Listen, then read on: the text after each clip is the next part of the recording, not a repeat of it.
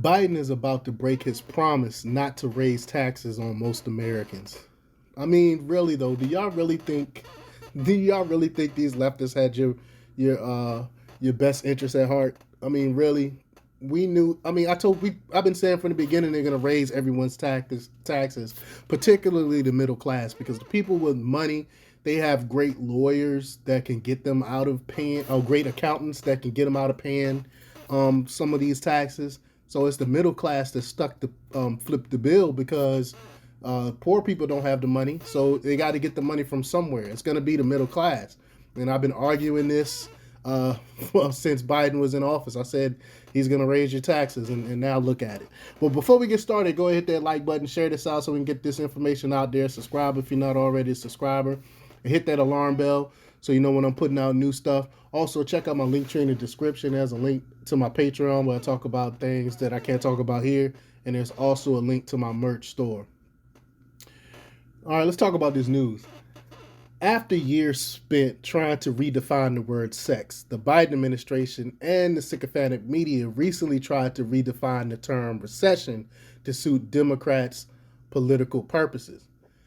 Now, Democrats want to redefine the word tax as they attempt to explain away the fact that their tax and spend extravaganza won't only hit the rich, but will hammer the middle class families. The American people shouldn't buy it or any other Orwellian or, if you prefer, Clintonian attempt to redefine simple words and concepts. Remember when Bill Clinton said, it depends on what is, when he was pertaining about sex. Like, they do these things, they play these word games. The debate comes as Congress's nonpartisan arbiter, the Joint Committee on Taxation, released a report on the tax and spend measure the Senate passed Sunday, paving the way for House Democrats' majority and Biden to pass it into law. The analysis found that Americans in all income brackets will see an increase in their federal taxes next year once the bill provisions take effect. It's sickening. I'll have a loop around how much taxes you're gonna end up paying. But as the table makes clear, middle class families with household incomes below 200,000 will see their taxes increase by more than 16.7 billion next year alone. That's just next year. When considering that households earn between 200,000 and 500,000 will pay another 14.1 billion in taxes, roughly half of the 54.3 billion in new taxes assessed under the bill will be paid by families earning less than $400,000 per year, whose taxes Biden pledged not to raise. And again, I told y'all that was a lie from get-go. We knew that it was a lie because he didn't renew Trump's tax program, which was helping out the middle class. Again, because they got to get the money from somewhere. The poor people, they can't afford to pay the taxes, and rich people, they have them expensive accountants that'll get them out of paying the taxes. So the money is going to come from somewhere, and it leaves the middle class again.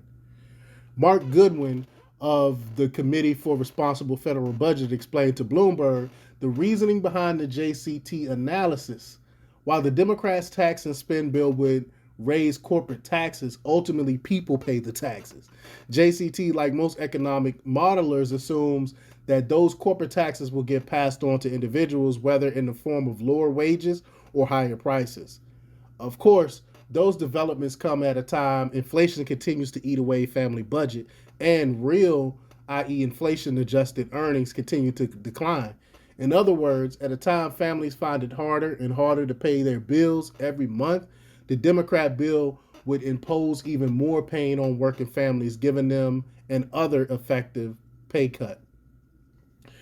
Goodwin continued with an argument Democrats have made in an attempt to deflect criticism about the tax increase. Quote, once you account for the spending side and the other taxes that are left out, and that include the household consumer tax credits for various energy things, lower drug prices, and healthcare subsidies, the middle class is going to be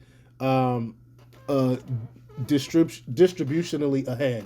It's a lie. It's a dumb argument on the face of it. That makes no logical sense.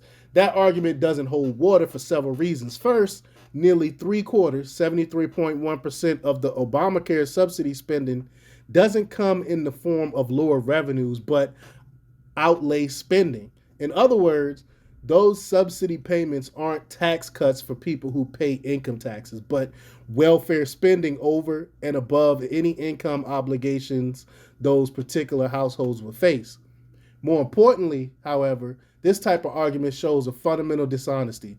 Biden didn't claim during the 2020 campaign that middle class families will pay more in taxes, but they will get more back in benefits.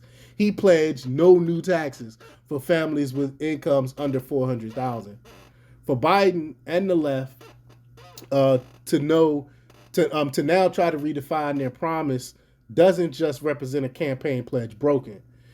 It's an attempt to justify yet another attempt by government to pick winners and losers, lawmakers and bureaucrats bestowing favor on politically connected individuals or those who engage in behaviors Democrats approve of. Example, household consumer tax credits and various energy things. We've seen this all before. In 2009, Barack Obama tried to claim that Obamacare individual mandate, which assessed financial penalties on Americans who couldn't afford to buy health insurance, did not constitute a tax increase. But George Stephanopoulos, of all people, called him out on it, quoting the dictionary definition of tax to Obama as entirely consistent with the mandate, quote, a charge usually of money imposed by authority on persons or property for public purposes. And that's exactly what the Obamacare was. It was a tax. And they try to lie and say it wasn't a tax. In fact, when they took it to court, they said, I think it was Judge Roberts who said, yeah, this is a tax and government is allowed to impose a tax. So that's why Obamacare stood around. But all Obama could do in reply was snicker, claiming that, quote, the fact that you looked up Merriam Dictionary, the definition of tax increase, indicates to me that you're stretching a little bit right now. So hold on. So using the definition of something is stretching. So who's really playing the word games here?